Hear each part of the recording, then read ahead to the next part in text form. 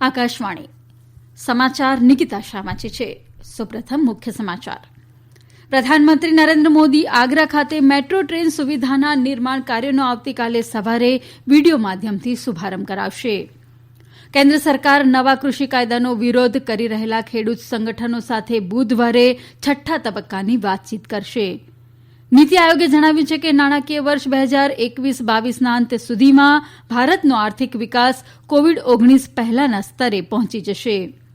બંધારણના ઘડવૈયા ડોક્ટર બાબા સાહેબ આંબેડકરની 64મી પુણ્યતિથિ નિમિત્તે આજે દેશભરમાં અનેક કાર્યક્રમોના આયોજન દ્વારા તેમને ભાવભીની અંજલિ અપાઈ. અને ભારત ઓસ્ટ્રેલિયા વચ્ચે રમાઈ રહેલી T20 શ્રેણીની બીજી મેચમાં ભારતનો 6 વિકેટે વિજય. ભારતે 2-0થી શ્રેણી જીતી લીધી. સમાચાર જોઈએ વિગતવાર. પ્રધાનમંત્રી નરેન્દ્ર મોદી આગ્રા ખાતે મેટ્રો ટ્રેન સુવિધાના નિર્માણ કાર્યનો આવતીકાલે સવારે વીડિયો માધ્યમથી શુભારંભ કરાવશે. આ પરિયોજના અંતર્ગત 29.4 કિલોમીટર લાંબા 2 કોરિડોર બનાવાશે અને તેના દ્વારા તાજમહેલ સહિતના આગ્રાના વિવિધ પ્રવાસન સ્થળો એકબીજા સાથે જોડી શકાશે. 8,389 કરોડ રૂપિયાના ખર્ચની આ પરિયોજના 5 વર્ષમાં પૂર્ણ કરાશે અને તેના દ્વારા આગ્રાના 26 લાખ લોકો તથા દર વર્ષે આગ્રાની મુલાકાતે આવતા 60 લાખ જેટલા પ્રવાસીઓને લાભ થશે. આ પ્રસંગે આગ્રાના પીએસસી પરેડ ગ્રાઉન્ડ ખાતે યોજાનાર કાર્યક્રમમાં કેન્દ્રીય મંત્રી હરદીપસિંહ પુરી, મુખ્યમંત્રી યોગી આદિત્યનાથ તથા અન્ય મહાનુભાવો ઉપસ્થિત રહેશે. કેન્દ્ર સરકાર નવા કૃષિ કાયદાનો વિરોધ કરી રહેલા ખેડૂત સંગઠનો સાથે બુધવારે છઠ્ઠા તબક્કાની વાતચીત કરશે. ગઈકાલે કૃષિમંત્રી નરેન્દ્રસિંહ તોમર સાથે 5મા તબક્કાની વાતચીતમાં ખેડૂત સંગઠનોને લઘુત્તમ ટેકાનો ભાવ ચાલુ રહેશે અને તેને બંધ કરવાની કોઈ યોજના નથી તેવું આશ્વાસન અપાયું હતું. શ્રી તોમરે કહ્યું કે ખેડૂત નેતાઓએ જે જોગવાઈઓ અંગે વાંધો ઉઠાવ્યો છે તેનું સંભવિત સમાધાન શોધી લેવામાં આવ્યું છે. શ્રી તોમરે ખેડૂત નેતાઓને મોદી સરકાર ખેડૂતોના હિતો માટે સંપૂર્ણ વચનબદ્ધ છે તેવો વિશ્વાસ આપ્યો હતો અને ખેડૂત આંદોલન ટૂંક સમયમાં પૂર્ણ થશે તેવી આશા વ્યક્ત કરી છે. દરમિયાન સરકારે જણાવ્યું છે કે તે એપીએમસી બજારોને સુદૃઢ કરવા તથા પ્રસ્તાવિત ખાનગી બજારોને સમાન અવસર ઉપલબ્ધ કરાવવાના ઉપાયો પર વિચાર કરવા તૈયાર છે. નીતિ આયોગના ઉપાધ્યક્ષ રાજીવ કુમારે આજે જણાવ્યું કે નાણાકીય વર્ષ 2021-22ના અંત સુધીમાં ભારતનો આર્થિક વિકાસ કોવિડ-19 પહેલાના સ્તરે પહોંચી જશે. એસેટ મોનેટાઇઝેશન સંબંધિત પ્રશ્નનો જવાબ આપતા તેમણે કહ્યું કે આ સતત ચાલતી પ્રક્રિયા છે અને તેને સર્વોચ્ચ પ્રાથમિકતા અપાઈ છે. શ્રી કુમારે કહ્યું કે આ સંબંધિત લક્ષ્યોને પ્રાપ્ત કરવાના તમામ પ્રયાસો કરાશે. કૃષિ ક્ષેત્ર પર ટિપ્પણી કરતા તેમણે કહ્યું કે નીતિ આયોગ રાસાયણિક પદાર્થોના ઉપયોગ વગરની કૃષિ વ્યવસ્થા પર વિશેષ ધ્યાન આપી રહી છે. સફળ ઉપાયોના અમલીકરણથી કૃષિ ઉત્પાદન ખર્ચમાં ઘટાડો થશે અને પર્યાવરણ પર સકારાત્મક પ્રભાવ પડશે. બંધારણના ઘડવૈયા ડોક્ટર બાબા સાહેબ આંબેડકરની 64મી પુણ્યતિથિ નિમિત્તે આજે દેશભરમાં અનેક કાર્યક્રમોના આયોજન દ્વારા તેમને ભાવભીની અંજલિ આપવામાં આવી. રાષ્ટ્રપતિ રામનાથ કોવિંદે બાબા સાહેબને શ્રદ્ધાંજલિ આપતા કહ્યું કે ડોક્ટર આંબેડકરે સમાનતા અને ન્યાય સંબંધિત સમાજ અને શાસન વ્યવસ્થા માટે પ્રયાસો કર્યા. ઉપરાષ્ટ્રપતિ એમ વેંકૈયા નાયડુએ ચેન્નાઈ રાજભવન ખાતે બાબા સાહેબને શ્રદ્ધાંજલિ અર્પણ કરી હતી. પ્રધાનમંત્રી નરેન્દ્ર મોદીએ બાબા સાહેબને અંજલિ આપતા કહ્યું કે તેમના વિચારો અને આદર્શ લોકોને પ્રેરણા આપે છે. મુંબઈમાં મહારાષ્ટ્રના રાજ્યપાલ ભગતસિંહ કોશિયારી, મુખ્યમંત્રી ઉદ્ધવ ઠાકરે, કેન્દ્રીય મંત્રી રામદાસ આઠવલે, એનસીપી અધ્યક્ષ શરદ પવાર તથા ભાજપના દેવેન્દ્ર ફડણવીસે તેમના સમાધિ સ્થળ ચૈત્યભૂમિ જઈ બાબા સાહેબને શ્રદ્ધાસુમન અર્પણ કર્યા હતા.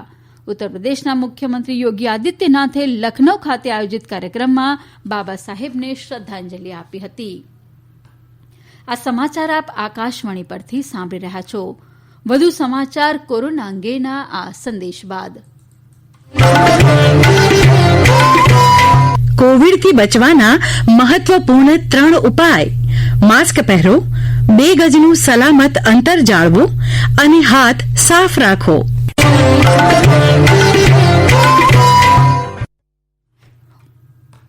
દેશમાં કોવિડના દર્દીઓનો સાજા થવાનો દર 94.37% થયો છે.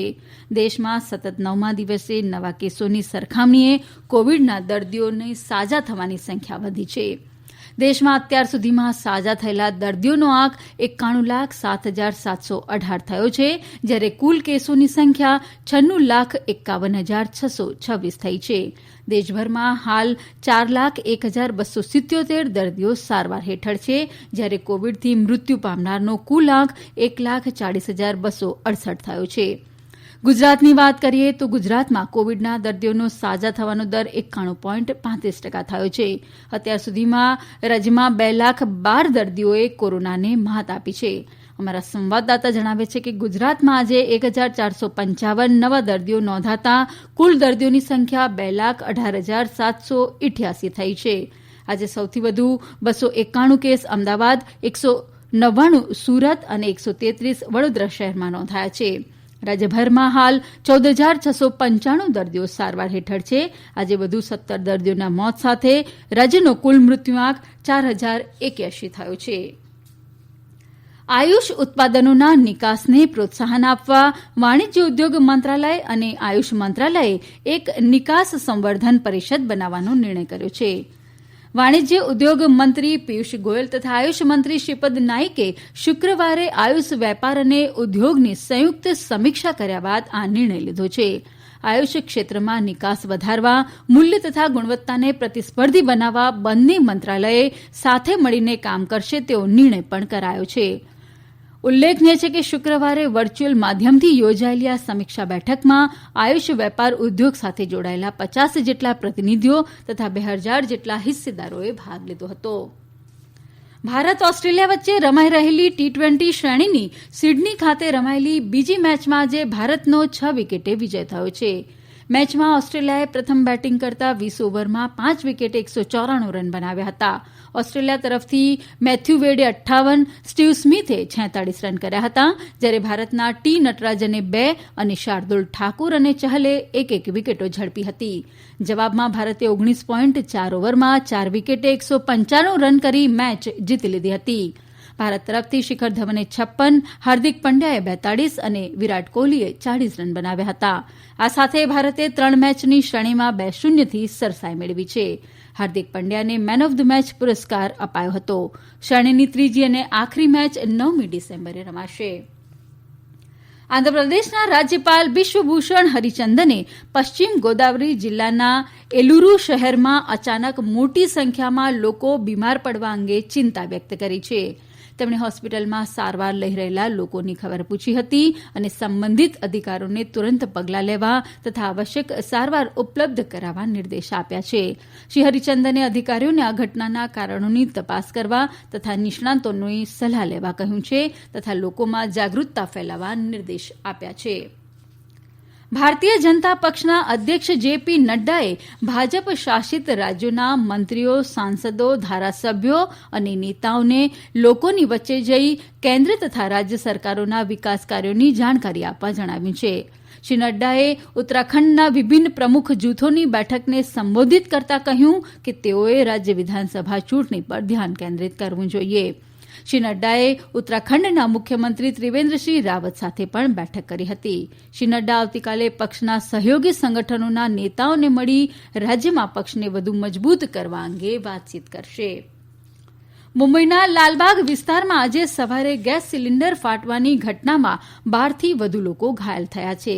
રહેણાંક ઇમારતમાં આજે સવારે 7:23 થયેલા વિસ્ફોટના પગલે આગ લાગી હતી. જોકે 7:55 આગ પર કાબુ મેળવી લેવાયો હતો. ઘાયલોને હોસ્પિટલ ખસેડી સારવાર અપાઈ રહી છે. અંતમાં મુખ્ય સમાચાર ફરી એકવાર. પ્રધાનમંત્રી નરેન્દ્ર મોદી આગ્રા ખાતે મેટ્રો ટ્રેન સુવિધાના નિર્માણ કાર્યનો આવતીકાલે સવારે વિડીયો માધ્યમથી શુભારંભ કરાવશે. કેન્દ્ર સરકાર નવા કૃષિ કાયદાનો વિરોધ કરી રહેલા ખેડૂત સંગઠનો સાથે બુધવારે 6ઠ્ઠા તબક્કાની વાતચીત કરશે.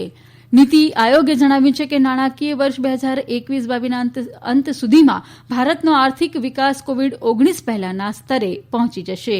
અને ભારત ઓસ્ટ્રેલિયા વચ્ચે રમાઈ રહેલી T20 શ્રેણીની બીજી મેચમાં ભારતનો 6 વિકેટે વિજય થયો છે. આ સાથે આકાશવાણી પરથી સમાચાર પૂરા થયા.